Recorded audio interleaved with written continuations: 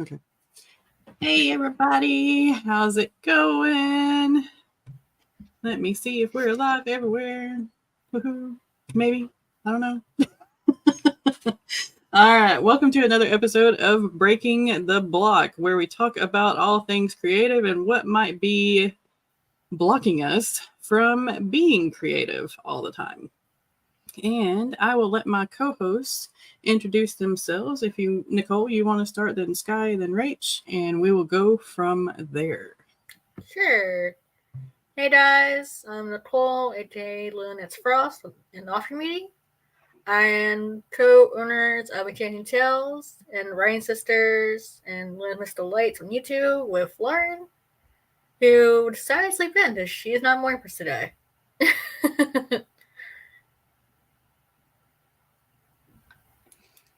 All right. Hello, everyone. My name is Skye. I'm a fantasy author who typically writes paranormal romance under the name SD Hegyes. I have way too many writing projects and not enough time or spell slots to take care of all of them. And I actually have a multi-part video series coming out soon talking about all of them because, yeah, it's a lot. But, yeah, other than that, that's me. I am Rachel D. Adams from Urban Fantasy and Paranormal Romance Legend, and I co-write and write all of my stuff. I also have a Substack called Aggressively Helpful Writing Advice. I'm so glad that I put that title in my picture, therefore I did not mess it up. Yay! Okay, we're all here.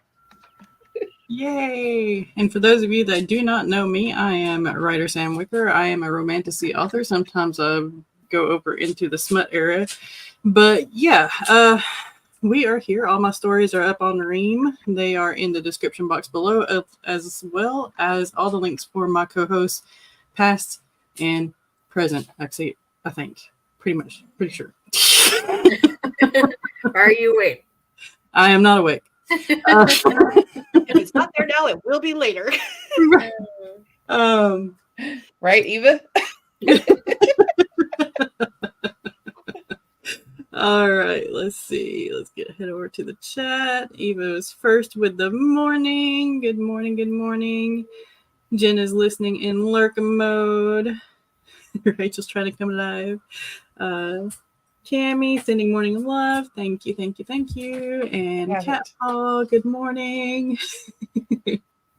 All right. So if you want to sign up to join us on Breaking the Block and be up here with Teddy, the link is also down below. So make sure to check that out. And no pressure. We don't bite much. Or do we? Ooh. All right. So does anybody have anything to talk about before we go into the heavy hitter questions that we discussed yesterday? I don't have anything that we need to put on here right today, but I think that one of our episodes should be dedicated to block when it comes to editing and revising, not just writing. Yes. So it's something to think Sounds about. good. Because I'm brain dead right now. So yeah, when it comes to that. I understand. Yeah, same. So I feel ya. All right, I've got that written down. We'll see if I can find the note later. Good luck.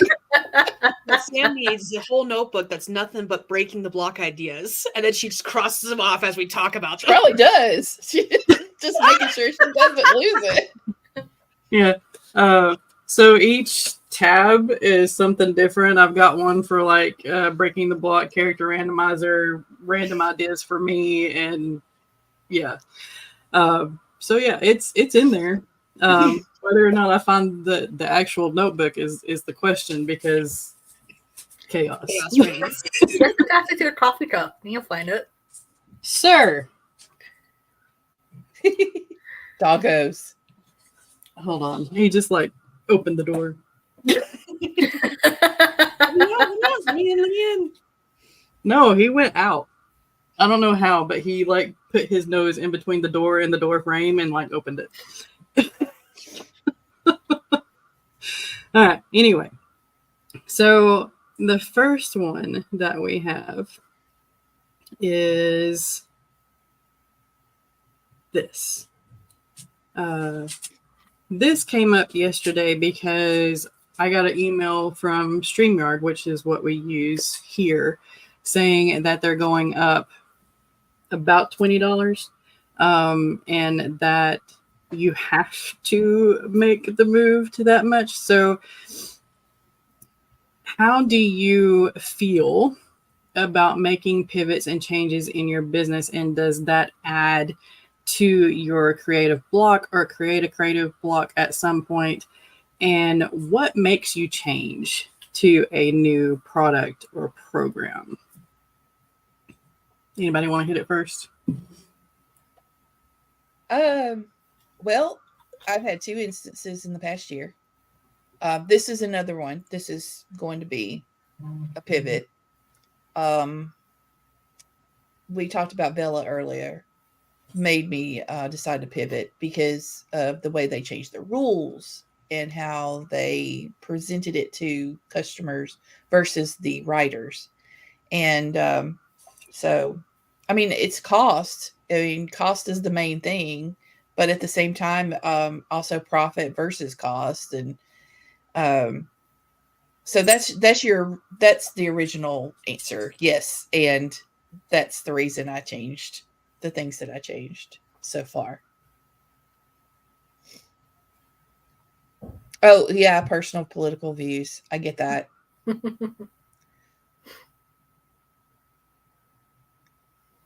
Oh, like one of the places that I had ordered stickers from. No. Not anymore.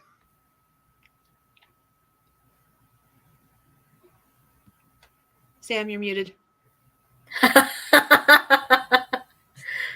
Okay. So I've got another list that is somewhere in this book as well, that is a blacklist of companies that have differing political opinions than me. And yeah, it's growing exponentially. Like in the last year, I think I've added maybe 10 businesses.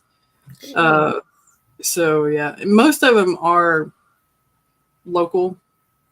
I'll put it that way. If I notice that there's something that a lot of YouTubers use, I might make a community post about it. I don't know. Because I thought about doing one about Wix, but yeah, I also don't want that backlash. If you put it as I found that if you put it as a general, like on my blog, for instance, if you put it as a general, hey, so this is, but then I do discuss politics more than a lot of you guys. But if you do it, then you're just giving information, putting it out there, then that tends to hit better than if you were to do a scathing report that was obviously very one-sided. If you go from the unbiased standpoint, you're okay. And also, if you put more than one company in there, just to like, if I'm going to put all of these different companies and here's where they land, you guys make your decisions based on that, then that also hits better. Just a suggestion. Right.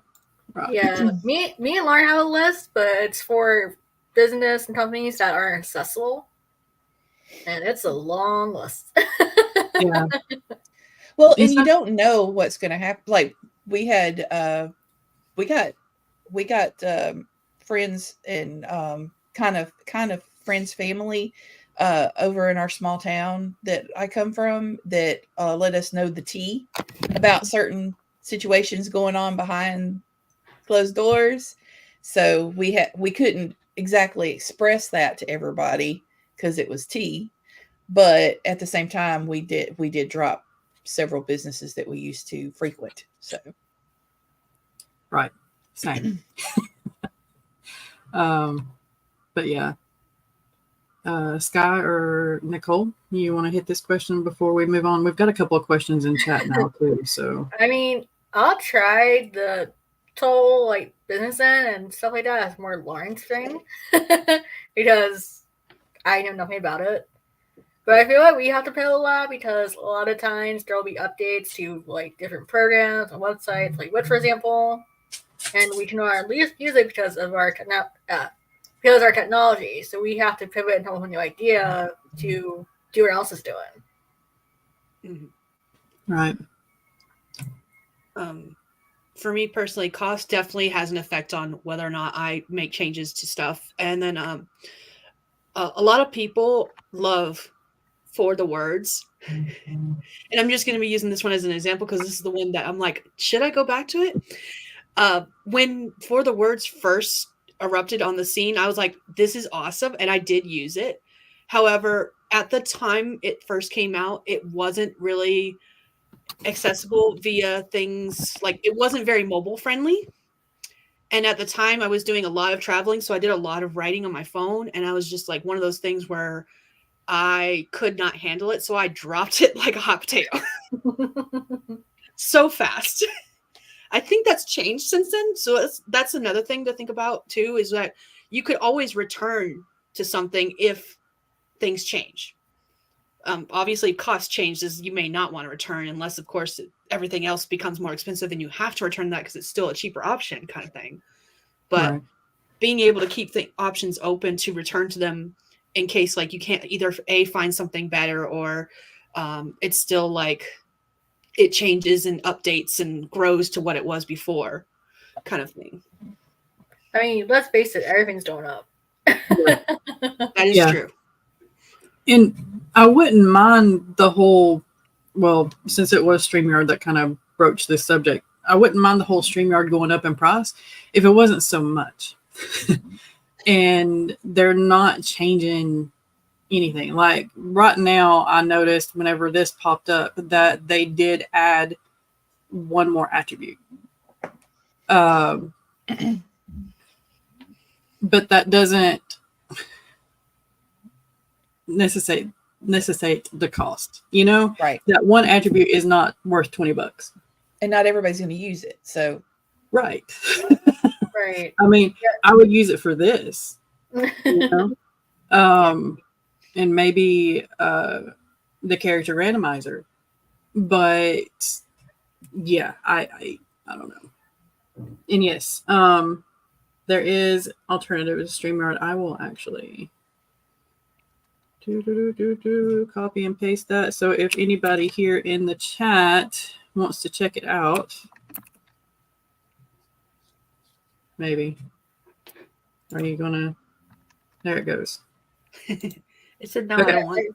I think for StreamYard, me and Lauren are still using the free one because we can't really afford the payment plan. Yeah. And that's did they take that away? I didn't notice it. Yeah, I didn't notice it either. I didn't see it but I didn't see the plan that I'm on their little pricing chart either, because I unsubscribed to one of the payment plans, and they were like, we see that you're trying to leave. Would you rather do, and they gave me a cheaper price, and I jumped on that. But I have never seen it available on their like the pricing chart or when you go to sign up. So I have a feeling if I leave that, it's gonna go away forever. Right. Yeah, Or maybe, I'm not sure. That's more a question for Lauren. Yeah. Maybe whenever we decide to cancel, they're like, hey. And that's a thing for a lot of companies. That's how I got the good deals that I've gotten so far, is either I tried their trial and then they're like, oh, we see that you canceled. Why? Mm-hmm. Let's give you this great deal. And I'm like, well, why didn't you just lead with that, man? Right. Right. Like, hey, here's another 2 or 3 months free stay. It's like, I'll take that, but I'm still leaving. And they know that they will pay it. People will pay it. Cat Paw, we're not sure. Mainly when I sign into StreamYard, it automatically signs me in. Mm-hmm. I don't see a free one at all. So yeah, I don't know if there is a free version anymore. Yeah, Wix offered me 50% off after I canceled. Yeah. Okay. Going back up here to their story comments here. So since we kind of hit on that, Eva pop this up. So hopefully we will hear a little bit more about this, hint, hint, nudge, nudge, and be able to share some links Links. so that people can, sign up for it, maybe, possibly. Yes. Yes. Yeah. We like our crows. Right. Living in the West now, where I see more Shiny. magpies than crows, I'm like, oh look, magpies are the Western version of the crow. They're pretty much the same bird. Yeah. They are. Very much so. All right. And then we have this from Cat Paw. Anyone else have the what if my book's so weird no one will ever want to read it? Yeah. I just figured out the closest situation, the closest genre, and went with that. And it seems to be landing well. So I still write 2 genres in, and actually 3 in some cases. But the good news is most places that ask you to enter categories or genre give you more than 3 choices. So as an author, you can still use that and keywords to direct your readers to your book. So Definitely. I just say embrace it. When I self-published Shadows of Abyss, there wasn't anything for it because dark poetry is not really that big. All right. I think this is where a lot of your tags need to be utilized. yeah. More so than just trying to squeeze it into a single genre, if that makes sense. But I am by all means not an expert, so Join club. but me as a reader, whenever I'm looking for something, I look through the tags. I don't look through genre, really. Yeah. I'll leave the genre blank sometimes because most of the time I'm looking for a specific trope that I want to read. Like if I get tired of the whole enemies to lovers thing and I want something that's like a cozy little romance, then yeah, I'll search through those tags. But that's just me. Yeah, I feel like A for lot of me, people it's do it. usually the blurb I will throw. Okay. From an author standpoint, the way I think about it is like everyone tells you to think about your most ideal reader when you start your story and start writing it. And I'm like, I am my most ideal reader. As long as I like it, I don't care if anyone else does. Right. I mean, I would appreciate if they do, but I'm pleasing myself first. Exactly. That's otherwise why write it. Yeah. Right. Yeah. And this right here, if it's captivating, comprehensible, and has good pacing, probably good with weird. Exactly. That should be going away. Thank you. All right. It says no. Yeah. It's like, I want to stay up here. All right. Let's see. Cat Paw says, same. I'm writing what I wanted to read and could not find. Exactly.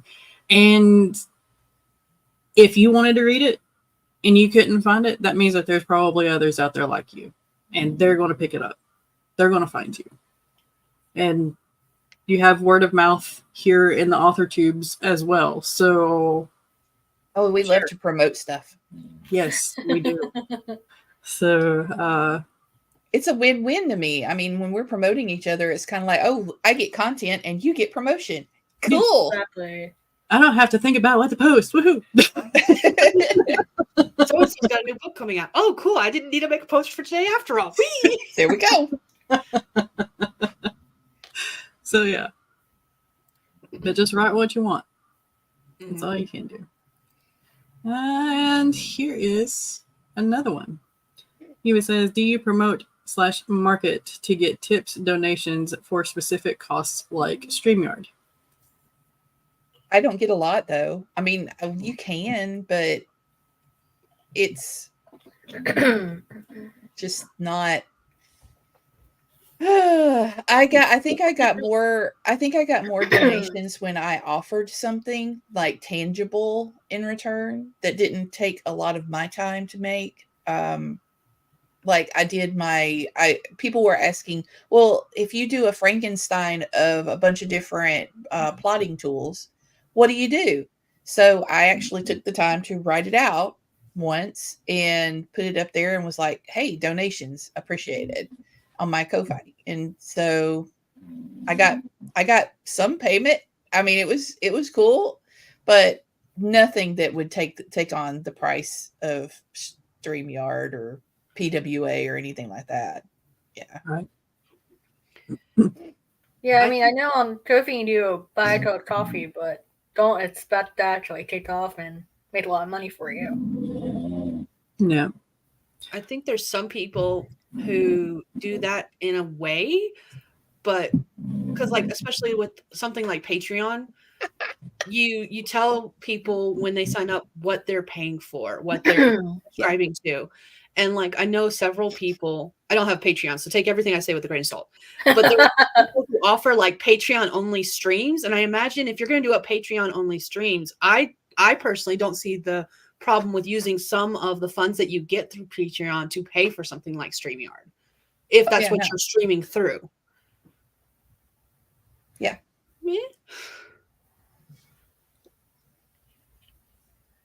I think as long as you're honest about it, like, hey, I'm going to be using this for this. Yeah. Yeah. I haven't had much success with Ko-fi or anything like that. I'm sorry about this word. She waits until you speak. It's just. I read Eva's comment about Dragon Stores right as they scored. Hey, Andy. Oh goodness. Yeah. Hey everybody that just joined.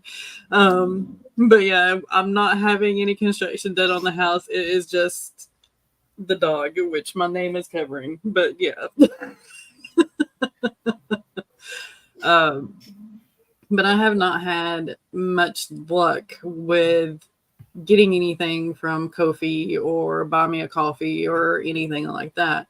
I do have a Ko-fi, so if y'all want to start, you're more than welcome to. But other than that, it's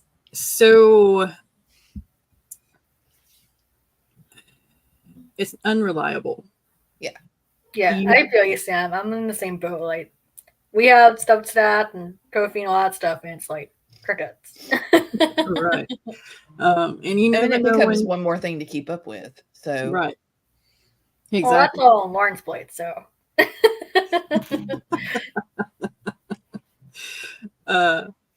So, and you never, like, if you do have subscribers and people who are paying you monthly, you never know when they're going to pull out because life happens. And sometimes they can't afford you that month or for the next year or something like that. So, to me, relying on something like Ko-fi is kind of a bad business move unless you've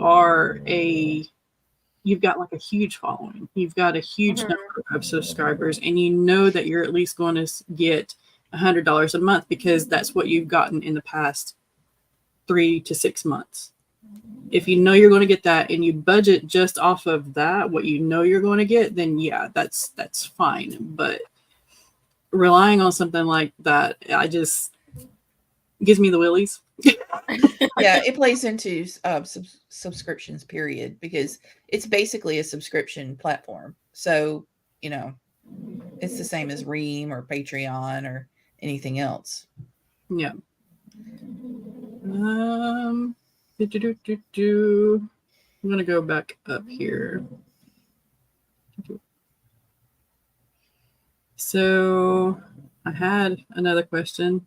I thought I started, but apparently not. Squirrel. It's happening. Yeah. Squirrel. Let's see. Eva says, I'm writing random fun tales that blink into existence within my brain from sources unknown. Cammy says, I like the lovers to enemies twist where the characters hold so much hatred and destruction towards each other that anyone who learns they were lovers is stunned and disbelief. Yes. Yes. I like that. Yeah. Here we go. Do you offer your books on Ko-fi? I don't. No. I I offered episodes for a while, and I did sell a few, but it's just not much. Like there's just not a huge following that I could tell. Because I treated it was my secondary spot because Vela is still not available outside of the United States. So I had several people who wanted to read my stuff they were in different countries. So what I would do is put it on Ko-fi too, because it's according to Amazon Vela rules, it is behind a paywall if it's on that platform or any platform wherein people have to pay for it. And then I set it to like $1 or something like that, or whatever they wanted to donate. And it worked for the ones that wanted it. But again, just like any platform wherein people are subscribing or whatever, Twitch all the way through, you have to have a following that they're completely into it there, Yeah, I don't think we do. The funny thing is, though, I feel like our biggest following is for a Facebook page, and I'm not sure how to opt in or how to assets it. I think at the moment it's like almost 600 subscribers to it. And those may not be exactly for me. It's kind of like I have a mixture. Some of it's audience, some of it is other writers who are my audience. Some of them are other writers who are not my audience. So you can't base it on the numbers on social media and stuff and people who follow. Like Eva said, I think when I was scanning, Substack has gotten me readers, but not money. Kind of thing. It's like, look, I'm broke. I'll follow you and I'll promote you, but I'm broke. So it's not like I'm in the same boat. I can't pay everybody their subscription costs every month. Mm-hmm. And this right here, business is tough on any platform. It's easier if you're on a bigger platform that actually advertises itself. Because I know that was our problem with Vela, because I didn't see any advertisement for Vela whatsoever. Nope. As a matter of fact, my friend went to find my Vela, and the loops that she had to jump through to get it on her Kindle were crazy. Wow. And then all of a sudden, like 3 months later, oh, it's there. Wait a minute. What? So it's like not only were they not, and they probably still are not advertising it, they're not publishing it to all the other countries that they have access to. But then the access to it was difficult. So I was like, hello?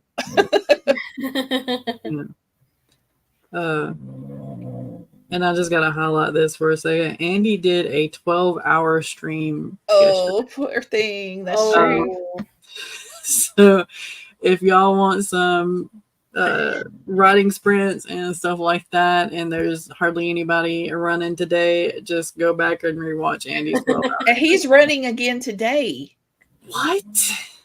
Andy, are you a robot? We don't know about it. Yeah, for real. He got to plug in his batteries. I'm not sure what possessed me to do it.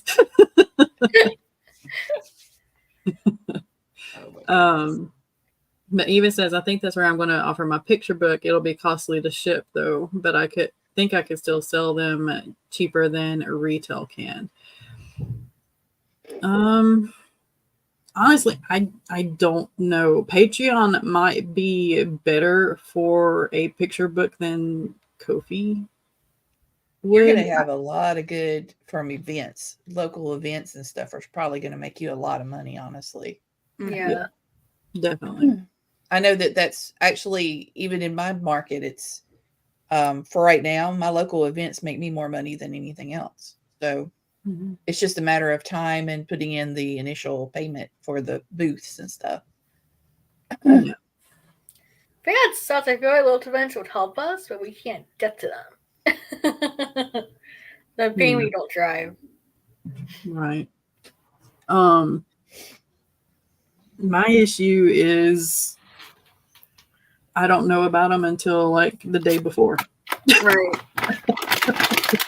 That's what this year has been about, Sam, because it's really been about, hey, let me look up all of there's like a Facebook group that covers all of North Carolina's events and stuff, especially Ren fairs, which would work for both of us, honestly. Right. So I can send you links to that, but it's going to be an all year research situation first. Then we can decide, well, is this going to be worth our time and money to go to? So there's that. I wanted to touch on Eva's, where did it go? Other nations probably don't allow, or, well, what we're talking about is not the microtransactions per se, but also just having it. I don't know. I don't know the difference between the microtransactions and the regular transactions because Amazon is worldwide. So you would think that they have figured this out, or they could figure it out for Vela. The other thing for me was realizing that so many countries and so many people in different countries are so accustomed to those. They're accustomed to cereals so much more than we are in the United States. So it was really weird that they didn't already have that. Yeah. And still, even now, they don't. Like, it's still not available. And Vela's been around, what, a year or two now? 3? 2 years. 2 years? Okay. Yeah, 2 years. It's been around long enough. They should have established it in other places by now, but they haven't. Especially since, like, because I'm a Webtoon reader, and Webtoon is Korean, Chinese. I can't remember which one. But all the Asian countries, they are so used to serialized fiction, period. Yeah. And it's like, why?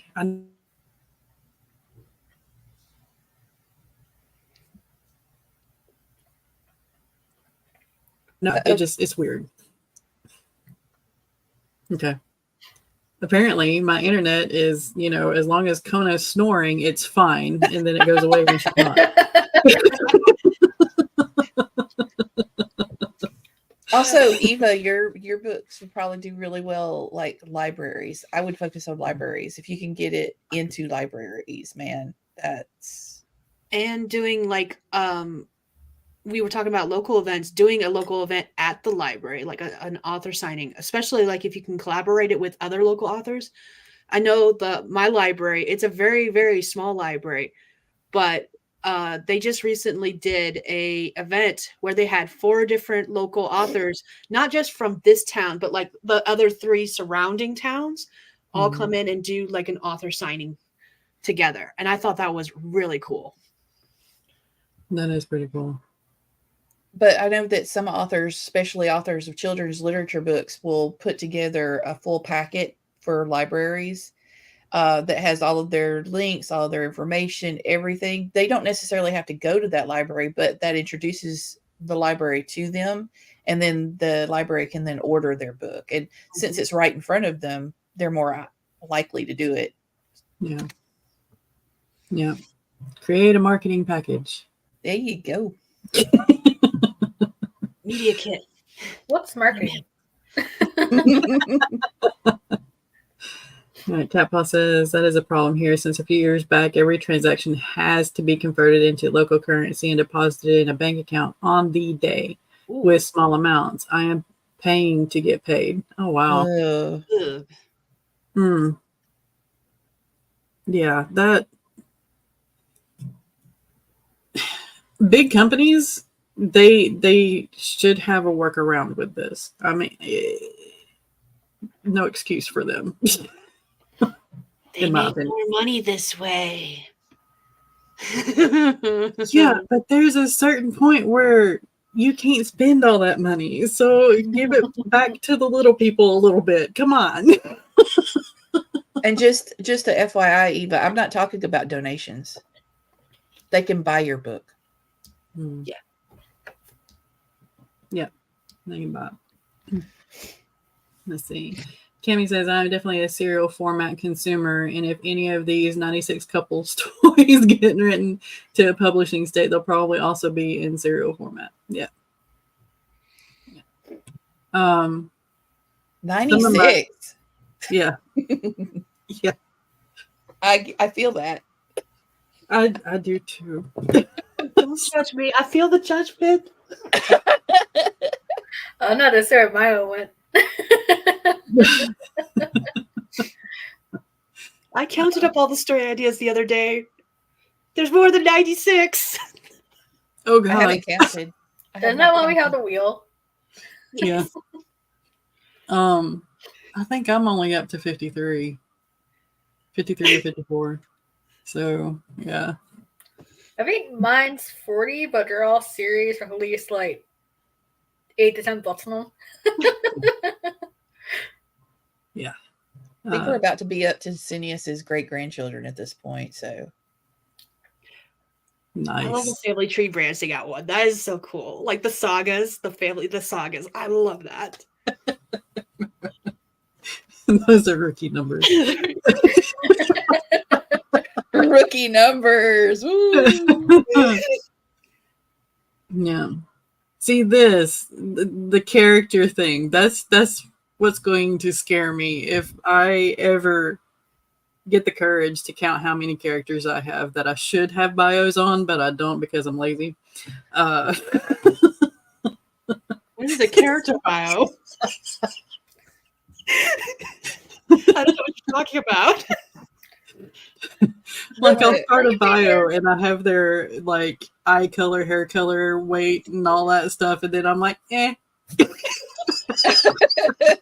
I don't need to know anything more. No. It's all in here. So if anything happens to the brain, I at least have a co-author, so she knows some of the situation. But You remember this half the characters. I'll remember this half. Exactly. I think it's funny is that somehow for the round count characterizing for Sam, all our characters between me and Lauren are connected in some way. There's like this whole universe. Not sure how it happened. I've tried my hardest not to do that with mine. I'm like, that's the reason why there's such a variety of character randomizers, because it's like, if I do the variety, maybe they won't become connected, and maybe they won't become connected to the works in progress either. Good luck. Yeah. Let's see. I've never had a character bio and have zero plans to hop on that train. Cammy says, I've read too many webtoons where the world's creator is sucked into their own works because of inconsistency between books. I don't want that villain trying to take my power. Oh. Okay. Rachel saying hello to everybody. All right. Yeah. So there is one more here that we had. Okay. So what is the line between author and writer, or should there be a difference? And have you had to deal with gatekeeping? I love that little. I don't mind people using the words differently.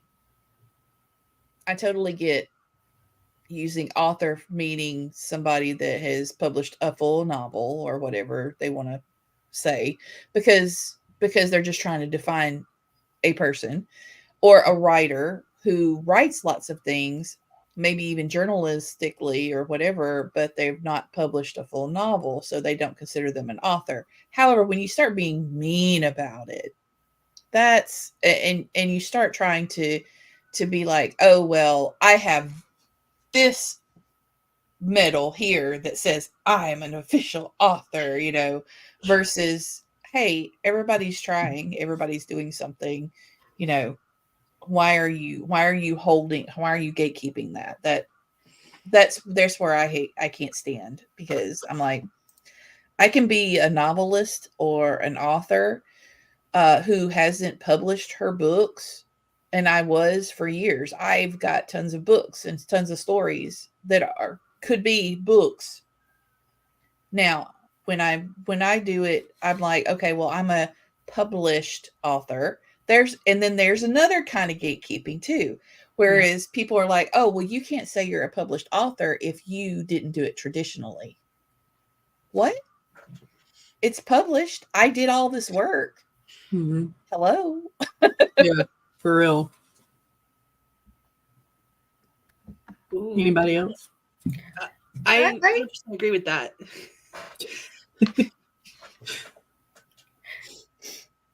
I agree, and I feel like that's another way for imposter syndrome to come in, because you have the fear of comparing yourself to those that call themselves the authors, because you wonder why, if you're also an author, why you're not as successful or as like out there as they are. Yeah. I think a lot of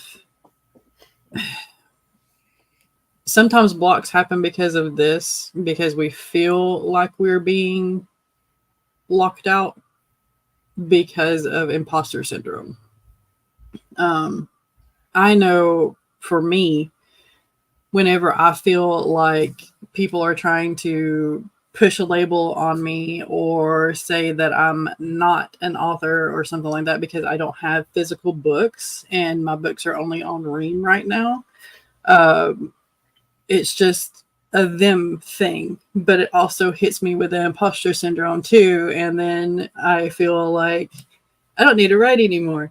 But but we've just got to remember it's a them thing. They are the ones creating those labels. They are the ones that are blocking you out, and they are the ones missing out. It's not. I totally agree. I feel like some people feel that way towards poetry, that it's not considered writing if you're not writing a novel. But I feel as long as you're being creative and you're getting yourself out there, it should count regardless of what it is. Yeah, Exactly. I can't write poetry to save my life. So, yeah.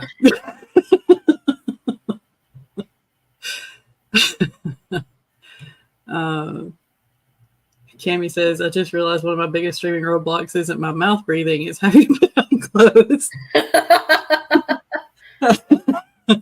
So with that problem, you don't have to show your face. You can have an avatar. It's completely Ask fine. Andy. Yeah, exactly. Yeah. And half the time I'm doing this number, so it's fine. Ta-da! Yeah, exactly. And there are also the ones that are actually the ones that move, the video avatars. Yeah. Yeah. I follow a couple of VTubers and I'm like, I kind of want to do that. That looks like so much fun. I don't have the spell slots for that. Yeah. There's so many things I want to do. Like, yeah. I'm like, no, that's just one more thing on your plate. You don't need that. Nope. And so Eva says gatekeepers have to limit what counts so their books aren't outshined by someone that did it another way. I like that. It's not one of them ISBNs is.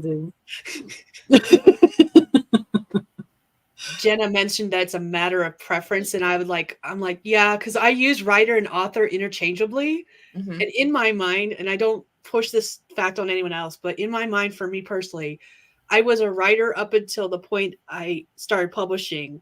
And then I told myself that's what I could call myself, an author. And now, like 20 plus years later, I'm like, I'm both an author and a writer. And I don't care what anyone else says. Yeah. Yeah, I often find myself using the term writer when it comes to my journalistic stuff and my blogs and anything that I do for other people specifically. And then when it comes nonfiction, basically, and then when it comes to my fiction and my novels and stuff like that, then I call myself author whenever I'm talking about myself. So, but like I said, it's basically just to create a difference in my mind about what they are or what I'm talking about, it's not to gatekeep. So it hits differently when somebody does what Eva was talking about, which is like the, trying to gatekeep one or the other. Yeah. Writer becomes an author once they publish their work.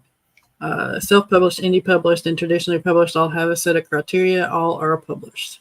Yep. Eva says, my book is self-published. I paid no one else nor used any other person's help in the creation of the book. Yeah. Cami says, I think an author is a storyteller who's published, even if self, whereas a writer isn't. Unless we're talking about news and clickbait sites, those are writers. Eva says, the variances of those three publishing routes, fun aside. Yes, there is a bunch. And that's a person that has made a very good show of Ko-fi. So if you ever want to see and get pointers for that kind of a platform, look her up. Yeah. She did a panel on it for the writers AuthorTube writing conference. I had to figure out how to word that because it wasn't working. I think last year she did a whole workshop on Ko-fi or panel on Ko-fi or something to that effect. Yeah. There's the website for, I can never pronounce the name. So there you go.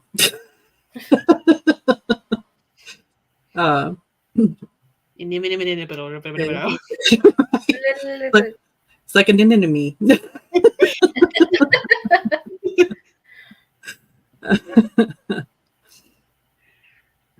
Let's see.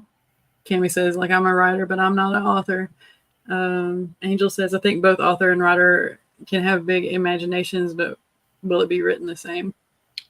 That's a different distinction between them two.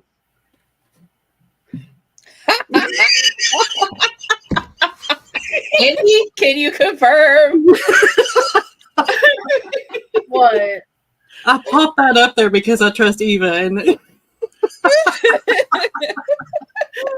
then you're like, oh no, okay.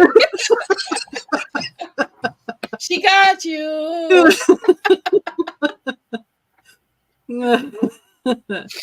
Let's see. Cami says, I'd be afraid of the program crashing while the VTuber was dancing only to reveal me. Yeah. Let's see. Yeah, and there's the YouTube channel. Sometimes no chaos. Yes, you are. So my channel is Writer Sam Wicker. I am always going to be a writer. Period. Mm-hmm. And that's the reason why I went with that. And I'm stubborn about it because even when I have a physical book that I have written in my hands, I'm still going to call myself a writer. Yep. Mostly because the word author doesn't roll off the tongue as well as. That's true. Like, I don't use it, like, as in, I don't use it physically. I'll use it in descriptions. Yeah, you're right. Yeah. Plus, we're always writers, period. Exactly. Yeah. I could pull all my books down off of Ream and not technically be published. And I'm still a writer. So just don't call me late for dinner. Or there's food involved.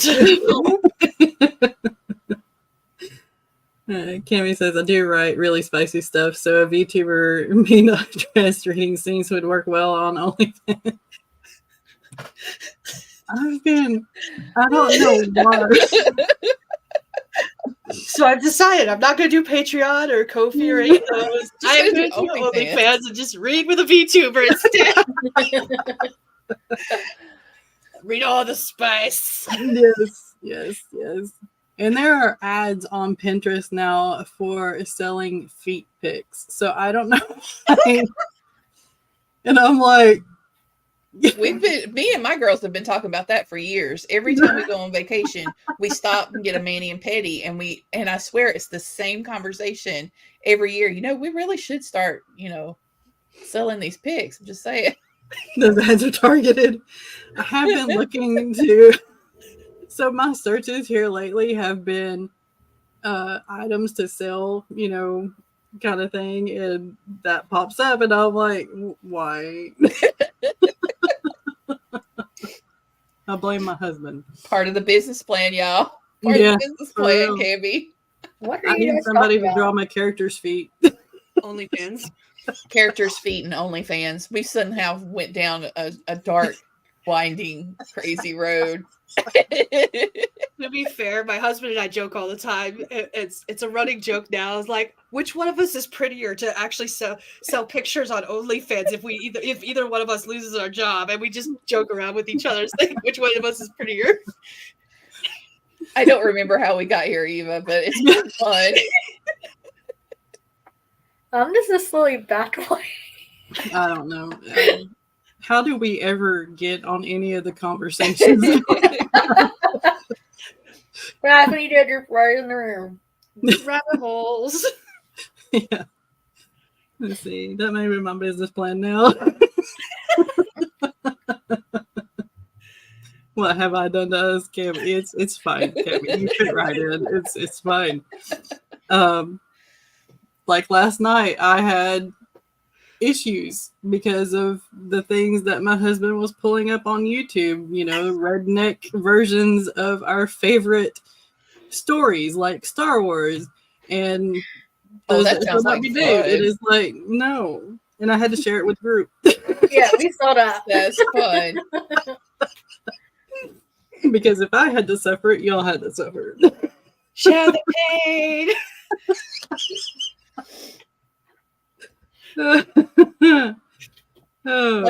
What's fun is making sure that you're really, really tired in and Southern and read Shakespeare.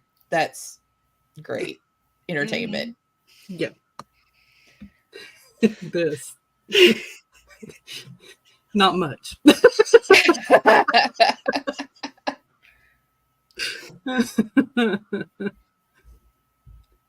Yeah, everyone needs a good laugh. All right. Do we have anything else that we need to hit on? I don't think so. I don't think so. All right. I'm going to call it, since that gives like an hour between us and this video right here, because Shannon is going to be talking about monetizing. What is it? Yeah, monetizing stories in the digital age at 12, which is in about an hour and 6 minutes. And our friend Rach here is going to be on it. Yay! Yeah. And we will be here next Sunday at 10 a.m. for another Breaking the Block episode and chaos. Chaos. I probably need to change the whole thing, Breaking the Block plus chaos.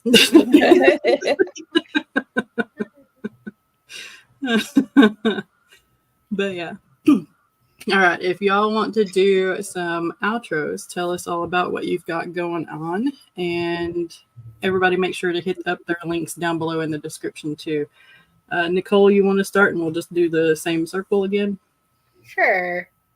As always, this is fun. And off me, I know that as next Frost. Brain. I am the author for Shadows of This. That's Lots of Dark Poetry. And I run this channel with my sister Lauren, as well as our website, Ko-fi, and stream for Enchanted Tales. All right. Well, thank you for having me today. My name is Skye. I am a fantasy author who typically writes paranormal romance under the name SD Hegyes. And in the nearish future, I'll be putting out a whole laundry list of videos talking about all of the projects I'm going to be working on. We mentioned earlier in this stream that there's like 96 stories that I started counting, and I have over 100. So that's fun. It'll be coming soonish. Yay. You mean 100 for now? Shh, don't give me any more pop buddies. I don't need them. I already get them enough. I added like 4 more last night. We're not discussing them.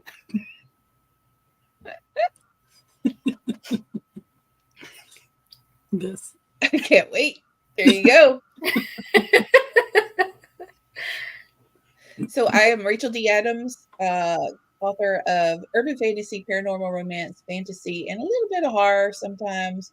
I also have a Substack called Aggressively Helpful Writing Advice, and I have been writing for years. So I try to help people out, boost people as much as possible. And let's see, things that are coming up right now. We are redoing books 1 and books 2. Book 1 is actually available for free. And we are going to release book 3 in October, fingers crossed, end of October. Nice. Very much nice. All right. So I am Writer Sam Wicker. Just to hit on this question, yes, these talks will be available for the life of my channel. This guy drowns in ideas. Yes. So what we have going on in September, well, on my end, if y'all want to sign up, feel free to. Here is the link. It is called The Things You Know as an Author. So what we're going to do is we're going to put up videos or shorts or something of that nature in whatever subject you're comfortable in, because you had to research something for a character or a scene or something like that, and now you're somewhat of an expert in it. Let's talk about it. If you sign up, I will send you an email with some questions that you can cover if you want to, but you don't necessarily have to. And we go from there. It's for the month of September, starting today. Maybe I'll have a video up. I doubt it, but maybe tomorrow. I have some interesting ideas already written down for that one. Same. Nice. All right. So thank y'all for joining us. We will see you next Sunday for another episode of Breaking the Block at 10 a.m. See you then. Bye.